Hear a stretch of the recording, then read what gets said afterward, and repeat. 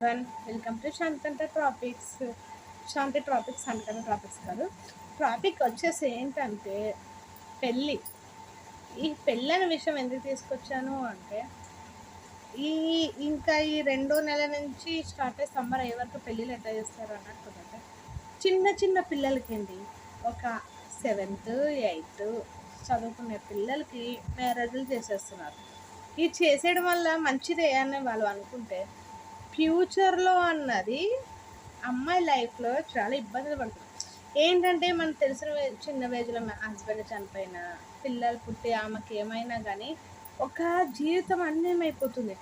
ఎట్లా అంటే కొంతమంది ఉంటూ ఉంటారు పెళ్ళిళ్ళు ఎట్లా అంటే ఒక 15 16 17 18 సంవత్సరాల్లో చేసేస్తున్నారు.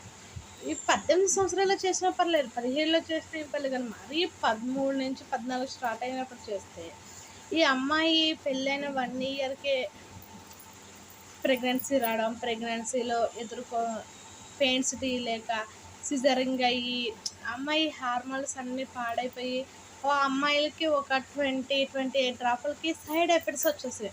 అంటే గర్భసంచిలో ప్రాబ్లమ్స్, నడుము నొప్పి. తనతో పాటు చదువుకున్న వాళ్ళు కొంతమంది అమ్మాయిలు పెళ్లి చేసుకుని జాబులు వచ్చి సెటిల్ అయిన అమ్మాయి అక్కడ అమ్మాయికి పెళ్ళి అవుతుంటే ఈ అమ్మాయి ఇక్కడ ఆంటీ అయిపోతుంది.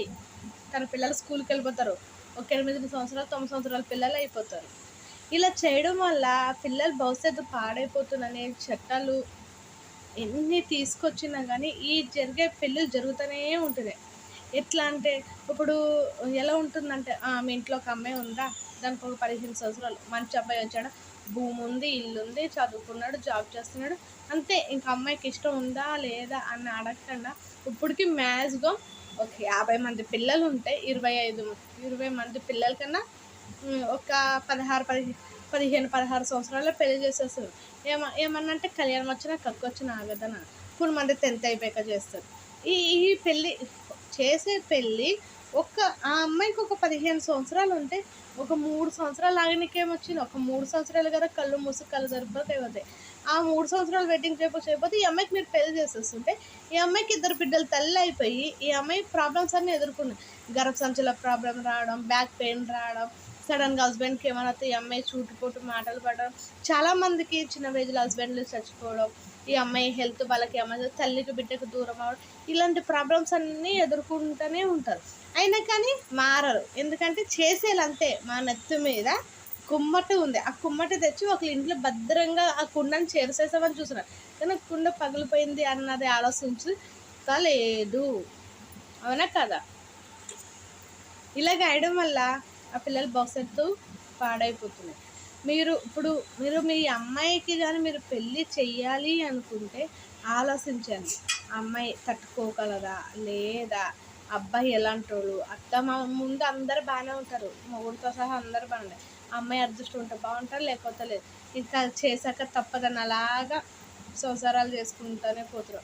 ఈ చిన్న వయసులో చేయడం వల్ల ఆ అమ్మాయి లైఫ్ అన్నది ఎంత నాశనం అవుతుందని మీరు ఒక్క నిమిషం ఆలోచించారు అంటే కొంతమంది అమ్మాయిల జీవితాలు బాగుంటాయి.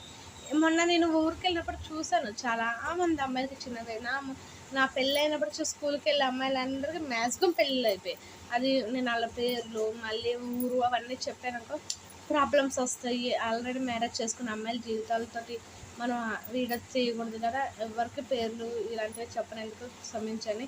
మీ ఇంట్లో ఒక అమ్మాయి, మీ అక్క, మీ చెల్లి మీ ఇంటి పక్కన ఉంటే వాళ్ళకి అర్థమైనట్టు చెప్పి ఇలాంటి చిన్న ఏజ్లో మ్యారేజ్లు తప్పకుండా ఆపండి, వాళ్ళకి సపోర్ట్ ఇవ్వండి. ఓకేనా? Thanks so much. బాయ్. ఈ టాపిక్ వస్తే లైక్ చేయండి, షేర్ చేయండి, సబ్స్క్రైబ్ చేసుకోండి. బాయ్. కామెంట్ కూడా చేయండి.